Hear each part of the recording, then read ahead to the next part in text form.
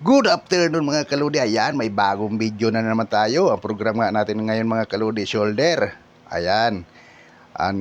Magdumbbell press muna tayo mga kaludi sa 70 pounds mga kaludi. Kaya hindi tayo masyado makapagbuhat ngayon ng mabigat kasi lagi tayo ngayon puyat.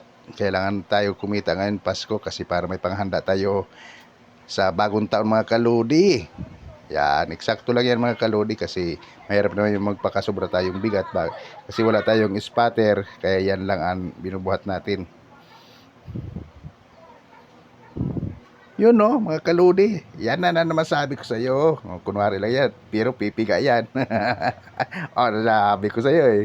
Ayan, next natin mga kalodi. Shoulder na naman sa machine, bali dalawang 45, dalawang 35 at saka dinagdagan natin ng dalawang 20 pounds mga kaludi para eksakto lang yung bigat natin kasi yun nga sa sa'yo, mahirap na magbuhat tayo ng mga mabigat, yung mga kagat labi. Ayan na sa sa'yo, pumiga na si kaludi nyo, nakangiti pa habang nagapiga. Ayan, next natin mga kaludi, sa traps na naman mga kaludi.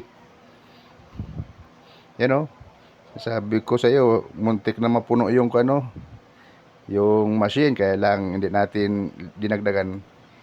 Sakto lang naman ang bigat mga kalodi ko.